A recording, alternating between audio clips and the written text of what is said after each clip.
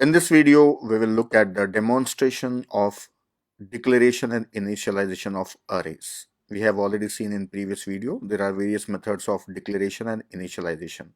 So we'll try all of them here. First method, declare an array of some size. I have declared an array of size 5 and I am not initializing it. Next, I will declare an array of some size 5 and also I will initialize values. I have initialized 5 values.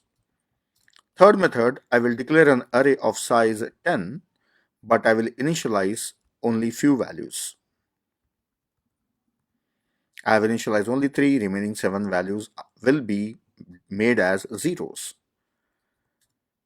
Then next, I will declare an array of size 5 and I will assign only 0. Then as the first element is 0, the rest of the elements will also be filled with zeros.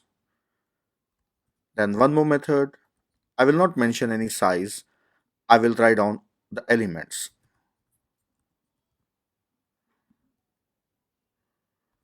I have given 6 elements. Now here I write return 0. I'll put a bookmark here.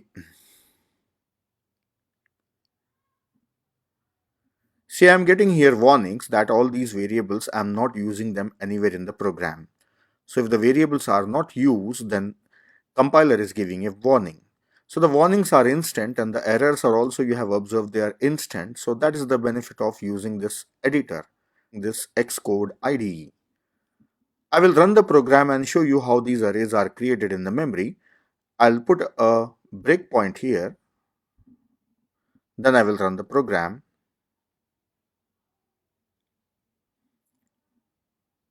Here you can see in the debug area, that is in a watch, all the variables are shown here.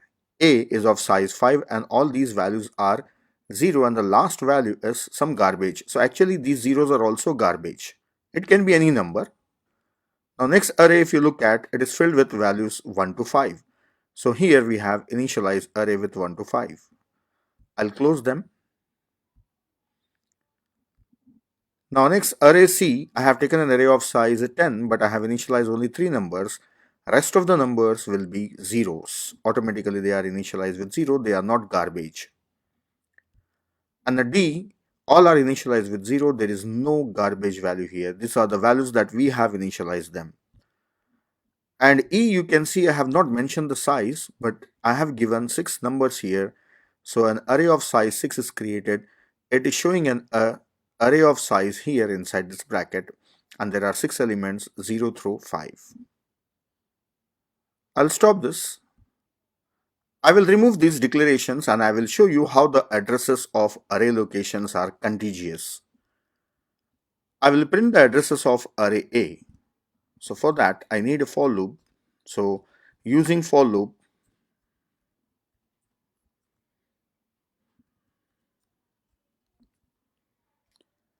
here I will print the addresses of all the locations. So for printing addresses, I should use %u and space,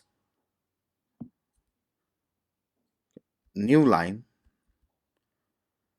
Then I will print the address of A of I.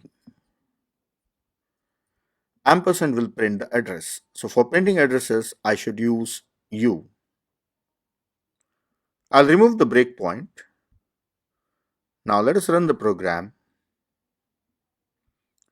See, these are the addresses of all the locations. There are total 5 locations. So first address, that is first integer address, is 56. And here the integer is taking 4 bytes. So plus 4 is 60. The next plus 4 is 64. The next plus 4 is 68. The next plus 4 is 72. So all these addresses are contiguous.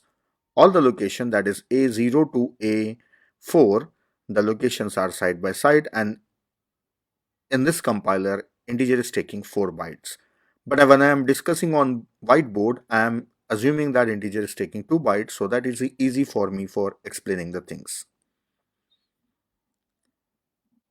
So that's all in this video. We have seen how we can declare and initialize arrays.